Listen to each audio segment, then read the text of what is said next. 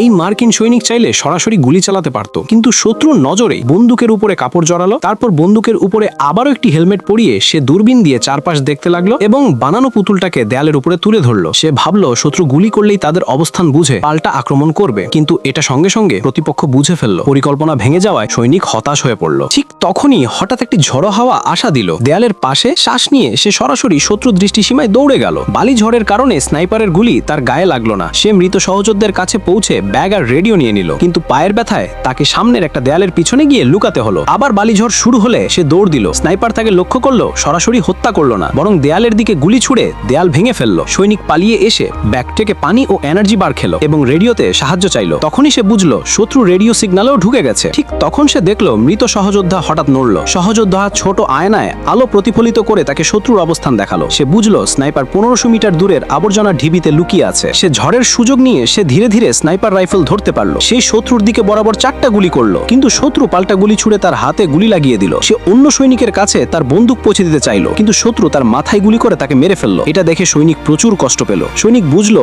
এখনই কিছু না করতে পারলে মৃত্যু নিশ্চিত। সে কাঠি দড়ি দিয়ে পাশের স্নাইপার রাইফেল টেনে আনতে সক্ষম হলো। রাইফেলে ছিল মাত্র একটি বুলেট। সে রাইফেল ঠিক করলো, নিজেকে প্রস্তুত করলো এবং সাহসিকতার সাথে নিজের সামনের দেয়ালটা ধাক্কা দিয়ে ফেলে দিল। শত্রুর 3টি গুলি লক্ষ্যভ্রষ্ট হলো। সে তার টার্গেট সেট করলো এবং বুলেটটি ছুড়ে দিল। এক মুহূর্তে পরিস্থিতি শান্ত হয়ে গেল। সহযোদ্ধারা আসতেই সে শুয়ে পড়লো এবং অনুরোধ করলো আবর্জনার ঢিবি পরীক্ষা করতে, কিন্তু সহযোদ্ধারা তাকে তুলে হেলিকপ্টারে নিয়ে যেতে লাগলো। হেলিকপ্টার উঠতেই একটি গুলি এক সৈনিককে লাগলো, পরের গুলিটা ইঞ্জিনে লাগলো। হেলিকপ্টার বিধ্বস্ত হয়ে সবাই মারা গেল। শত্রু তাদের রেডিও ব্যবহার করে আবার সাহায্য চাইলো পরবর্তী শিকার ধরার জন্য।